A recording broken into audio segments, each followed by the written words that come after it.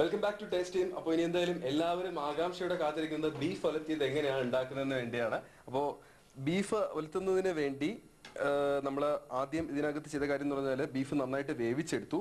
അപ്പോൾ വേവിച്ചതിന് വേണ്ടി എന്തെല്ലാം ഐറ്റംസ് ആണ് നമ്മൾ ചേർക്കുന്നത്? വേവിക്കുന്നതിനോടൊപ്പം എന്തെല്ലാം ഇതിനോട് ചേർക്കും? മല്ലിപ്പൊടി, മുളക് പൊടി, ഉപ്പ്, കറിവേപ്പില, ഇഞ്ചി, വെളുത്തുള്ളി, പച്ചമുളക്, 5-6 ഓക്കെ. അപ്പോൾ 7 ഐറ്റംസ് ആണ് ഇതിൻ്റെ കൂടെ ചേർത്തത്. അപ്പോൾ ഈ ഒരു ഐറ്റംസ് ചേർത്ത് വേവിച്ചെടുത്ത ബീഫാണ് ഇപ്പോൾ എൻ്റെ കയ്യിൽ കാണുന്നത്. അപ്പോൾ നല്ലതുപോലെ ബീഫ് ഇത്രയും ഐറ്റംസ് ചേർത്ത് വേവിച്ചെടുക്കുക.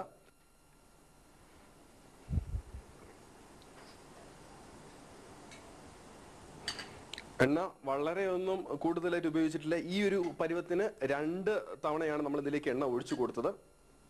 എണ്ണ ചൂടായിട്ട് വരുമ്പോൾ കടുക് അതിലേക്ക് ഇട്ട് കൊടുക്കുക. ഒരു ചെറിയ സ്പൂൺ കടുകാണ് അതിലേക്ക് ഇട്ട് കൊടുത്തത്. കടുക് ഒന്ന് പരുവത്തിലായി വരുമ്പോൾ എന്താ നമ്മൾ ചെയ്യുന്നത്? വെളുത്തുള്ളി നേരത്തെ നമ്മൾ ചെയ്തതുപോലെ തന്നെ തൊലി കളഞ്ഞ വെളുത്തുള്ളി ചെറിയ പീസസ് ആണ് നമ്മൾ ഇതിലേക്ക് ഇട്ട് കൊടുക്കാൻ വേണ്ടി പോകുന്നത്. തൊലി കളഞ്ഞ വെളുത്തുള്ളി നമ്മൾ അതിലേക്ക് ഇട്ടു. ഇനി എന്താണ് ചെയ്യാൻ പോകുന്നത്?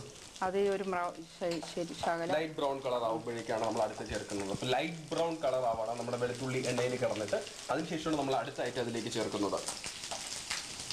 ഇനി നമ്മൾ ഇതിലേക്ക് ചെയ്യാൻ പോകുന്ന കാര്യം എന്ന് പറഞ്ഞാൽ സവാള ചെറിയ കഷ്ണങ്ങളായിട്ട് അരിഞ്ഞതിലേക്ക് ചേർക്കാൻ വേണ്ടി പോവാണ്. ഇത് എത്ര സവാള വരും?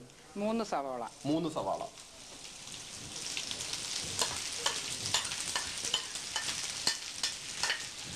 നമ്മളൊരു 3 സവാള ഇതിലേക്ക് ചേർത്ത് കൊടുക്കുകയാണ്. ചെറുതായിട്ട് അരിഞ്ഞ സവാള ഇതിലേക്ക് ചേർത്ത് വന്നിട്ട് നമ്മൾ ആദ്യം എണ്ണ ചേർത്തു, കടു ചേർത്തു, പിന്നെ നമ്മുടെ വെളുത്തുള്ളി തൊലി കളഞ്ഞത് ചേർത്ത് സവാളയുമായിട്ട് നന്നായിട്ടൊന്ന് മിക്സ് ചെയ്തെടുക്കുന്നുണ്ട്. കറിവേപ്പില ശരിക്കും ചേർക്കുന്നുണ്ടോ? കറിവേപ്പില ശരിക്കും ചേർക്കും. ഓക്കെ. കറിവേപ്പിലയും ഒരു 2 പിടിക്ക് കണക്കായിട്ടുള്ള കറിവേപ്പിലയും നമ്മൾ ഇതിനകത്തേക്ക് ചേർത്തു. എന്നിട്ട് നന്നായിട്ടൊന്ന് ഇളക്കി കൊടുക്കുക. നമ്മൾ സവാളയും കൂടി ഇട്ടിട്ട് നന്നായിട്ടൊന്നൊരു ബ്രൗൺ കളർ പോലെ അതൊന്ന് വഴണ്ട് വന്നു. ഇനി നമ്മൾ എന്താണ് അതിലേക്ക് ഇടുന്നത്? കുരുമുളക് പൊടി. എത്ര ടീസ്പൂൺ ആണ്? കുരുമുളക് പൊടി 2 ടീസ്പൂൺ. 2 ടീസ്പൂൺ. ഒരു ചെറിയ ടീസ്പൂൺ ആണെങ്കിൽ 2 ടീസ്പൂൺ കുരുമുളക് പൊടിയാണ് ഇതിലേക്ക് ഇടേണ്ടത്. അതിനുശേഷം കുറച്ച് മതി. ഒരു ചെറിയ ടീസ്പൂൺ ആണെന്നുണ്ടെങ്കിൽ ഒരു 1.5 ടീസ്പൂൺ കണക്കിനാണ് നിങ്ങൾ മുളക് പൊടി ഇടേണ്ടത്. ഇനി മല്ലിപ്പൊടി 1 ടീസ്പൂൺ. 1 ടീസ്പൂൺ മല്ലിപ്പൊടി, ഒരു 1.5 ടീസ്പൂൺ മുളക് പൊടി ഇതിന് ആവശ്യമായിട്ട് നമ്മൾ ചേർത്തു. പിന്നെ കുരുമുളക് പൊടിയും നമ്മൾ ഇതിലേക്ക് ചേർത്തിട്ടുണ്ട്. എന്നിട്ട് നന്നായിട്ടൊന്ന് ഇളക്കി കൊടുക്കുക. ഇനി നമുക്ക് ബീഫ് ഒലത്തിയത് ഇതിലേക്ക് ഇടാനുള്ള സമയമാണ്. അപ്പോൾ ഫുള്ള് നേരത്തെ നമ്മൾ പറഞ്ഞ കാര്യങ്ങൾ ഒരു 7 സാധനങ്ങളെല്ലാം ചേർത്ത് നമ്മൾ ബീഫ് വേവിച്ചെടുത്തു. ആ ബീഫ് നമ്മൾ ഈ ഒരു മസാലയിലേക്ക് ഇട്ട് കൊടുക്കുകയാണ്. ബീഫിനെ മുഴുവനായിട്ട് നമ്മൾ അതിലേക്ക് ഇട്ട് കൊടുത്തു. ഇനി അതുമായിട്ട് നന്നായിട്ടൊന്ന് മിക്സ് ചെയ്തെടുക്കുക.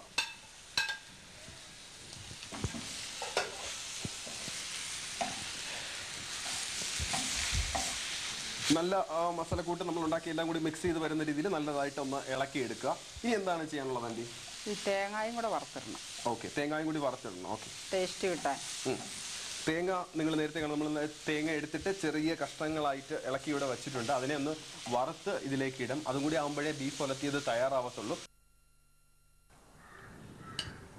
നമ്മൾ ഈ ഒരു ഇതിൽ ഒരു സ്പൂൺ കണക്കിനാണെന്നുണ്ടെങ്കിൽ 1 സ്പൂൺ ഇത് മാത്രമേ നമ്മൾ ഒഴിച്ചിട്ടുള്ളൂ അതിലേക്ക് തേങ്ങ വറക്കാൻ വേണ്ടി.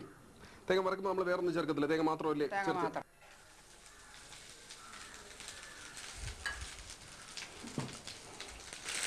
തേങ്ങ എണ്ണയിലിട്ട് നന്നായിട്ടൊന്ന് വറുത്തെടുക്കുക. അപ്പോഴാണ് ഇതിന്റെ കംപ്ലീറ്റ് കാര്യങ്ങളും ഇതിലേക്ക് കിടന്നിട്ട് വേണം ഇനി നമുക്ക് അതിലേക്ക് ബീഫിലേക്ക് അത് മിക്സ് ചെയ്യാൻ വേണ്ടി. നമ്മുടെ ബാക്കിയുള്ള കൂട്ടെല്ലാം ചേർത്ത് ബീഫ് അവിടെ റെഡി ആയിട്ടുണ്ട്, ബീഫ് ഒലത്തി റെഡി ആയിട്ടുണ്ട്. ഇനി അവസാന ഒരു ഇതായിട്ടാണ് നമ്മൾ തേങ്ങ ഒന്ന് എണ്ണയിലിട്ട് റെഡിയാക്കി അതിലേക്ക് ഇടുന്നത്.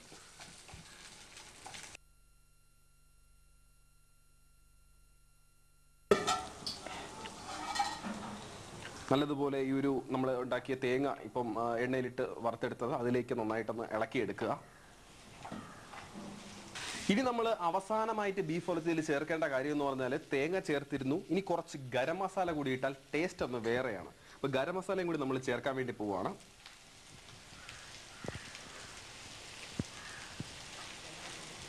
ഒരു 1.5 സ്പൂൺ, ചെറിയ സ്പൂൺ ആണെങ്കിൽ 1.5 സ്പൂണാണ് ഇതിന്റെ കണക്കെന്ന് പറയുന്നത്. അതും കൂടി ചേർത്ത് കഴിഞ്ഞാൽ ബീഫ് ഒലത്തിയത് ഇപ്പം തയ്യാറായി കഴിഞ്ഞു. ഇനി നമ്മൾ ബീഫ് ഒലത്തിയതിനെ നന്നായിട്ടൊന്ന് ഇളക്കി കൊടുത്ത് ചെറു ചൂടോടുകൂടി തന്നെ ഇളക്കി കൊടുത്തതിന് ശേഷം സ്റ്റൗ ഓഫ് ചെയ്ത് വേറൊരു പാത്രത്തിലേക്ക് സർവ് ചെയ്യാൻ വേണ്ടി മാറ്റിയാൽ മതി. എന്നിട്ട് കഴിച്ച് നോക്കിയാൽ മാത്രം മതി.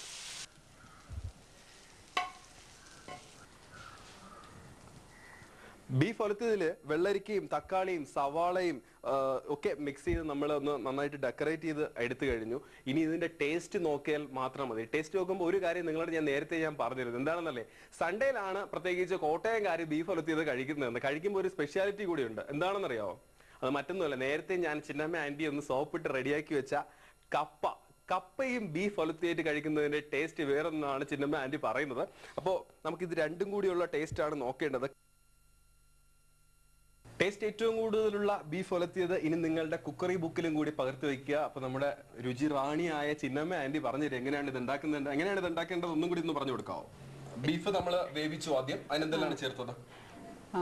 മുളക് പൊടി, മല്ലിപ്പൊടി, ഇഞ്ചി, വെളുത്തുള്ളി, പച്ചമുളക്, കരിവേപ്പില, ഉപ്പ് പാകത്തിന്, ഇത്രയും ചേർത്ത് നമ്മൾ മഞ്ഞപ്പൊടിയും കൂടി എല്ലാം ചേർത്ത് വേവിച്ചെടുത്ത ബീഫ് എണ്ണ ഒഴിച്ച് ഒരു പാത്രത്തിൽ എണ്ണ ഒഴിച്ചിട്ട് അതിൽ കടുവിട്ടതിന് ശേഷം വെളുത്തുള്ളി തൊലി കളഞ്ഞത് അതിലേക്ക് ഇട്ട് കൊടുത്തു. പിന്നെ സവാള ചെറിയ കഷ്ണങ്ങളായിട്ട് അരിഞ്ഞത് അതിലേക്ക് ഇട്ട് കൊടുത്തു. നന്നായിട്ടൊന്ന്, എന്ത് കളറായിരുന്നു നേരത്തെ പറഞ്ഞത്? Brown colour. നല്ല ബ്രൗൺ കളർ ആവുന്നതുവരെ നന്നായിട്ടൊന്ന് വഴറ്റിയെടുത്തു. അതിനുശേഷം ചെയ്ത് നമ്മൾ ഇത് രണ്ടുപേരും മിക്സ് ചെയ്തു. പിന്നെ കുറച്ച് മുളക് പൊടി, 1-1.5 സ്പൂൺ മുളക് പൊടി, പിന്നെ മല്ലിപ്പൊടി ഇട്ട് വരട്ടി, കുരുമുളക് പൊടി ഒക്കെ ഇട്ട് വരട്ടി നന്നായിട്ട് അതൊന്ന് വഴറ്റി എടുത്തിട്ട് മുളക് പൊടി, മല്ലിപ്പൊടി, കുരുമുളക് പൊടി ഇട്ടിട്ട് ആ സവാള ഒന്ന് നന്നായിട്ട് വഴറ്റി എടുത്തതിന് ശേഷം നമ്മൾ ഇതിലേക്ക് മിക്സ് ചെയ്യല്ലേ ചെയ്തത്?